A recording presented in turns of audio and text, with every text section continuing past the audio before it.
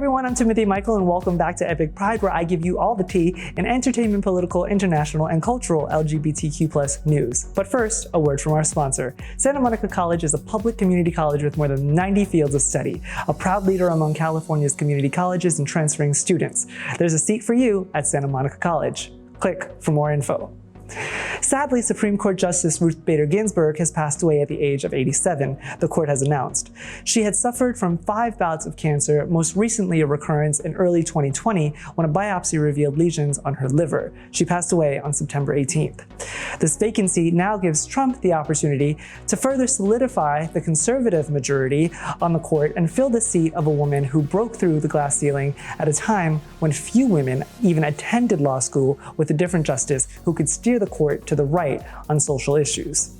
Ginsburg was well known for the work she did before taking the bench, when she served as an advocate for the American Civil Liberties Union and became the architect of a legal strategy to bring cases to the courts that would ensure that the 14th Amendment's guarantee of equal protections applied to gender. She has also been an ally to the LGBTQ+ community. In 2015, it was Ginsburg who led the liberal bloc of the court as it voted in favor of same-sex marriage with the critical 5th vote of Justice Anthony Kennedy. Kennedy wrote the opinion and it was joined by the liberals who chose not to write separately. Ginsburg was likely behind that strategy, and she said later that if she had written the majority, she might have put more emphasis on equal protection. This couldn't have come at a worse time, and many in the political world are jumping at the open seat. Democrats saying Trump and the GOP should wait until after the election to fill a seat. Republicans obviously want Trump to pick the next justice with an election that's less than 1 month away. Whatever your politics, you can't deny that RBG was a force to be reckoned with, and she paved the way for many that came after her. She will be definitely missed.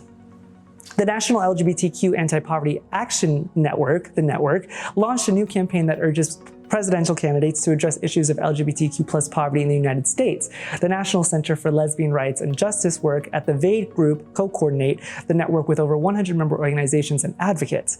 As part of the bold new initiative, the network released a 2-page LGBTQ+ priorities for the next presidential term memo highlighting concrete steps the White House can take to dismantle barriers to social and economic justice for LGBTQ+ people.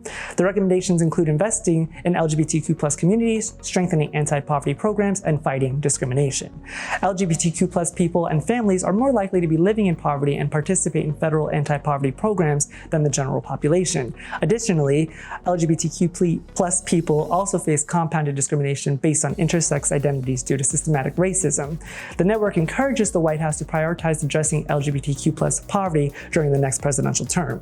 I think it's easy to forget when we're fighting for equal marriage, equal pay, equality in general, that many people in the US are living paycheck to paycheck, and that includes our LGBTQ+ community as well. It's definitely something that should be put on the radar and addressed. Something else that needs to be addressed is one of my favorite movies of all time, To Wong Foo, Thanks for Everything, Julie Newmar, hugely popular in the LGBTQ+ community, and it just celebrated its 25th anniversary last month. To Wong Foo premiered on September 8th, 1995, having grossed more than $47 million worldwide and snatched the #1 spot at the box office for its first 2 weeks in theaters, and it is revered as many as a drag queen cult classic, surprising audiences at the time with an all-star cast of Hollywood leading men, the late great Patrick Swayze, Wesley Snipes, and John Leguizamo, who took on the leading roles of 3 drag queens, Vita Boheme, Noxzema Jackson, and Chichi Rodriguez, on a road trip to Hollywood to take part in the even bigger Miss Drag Queen of America pageant.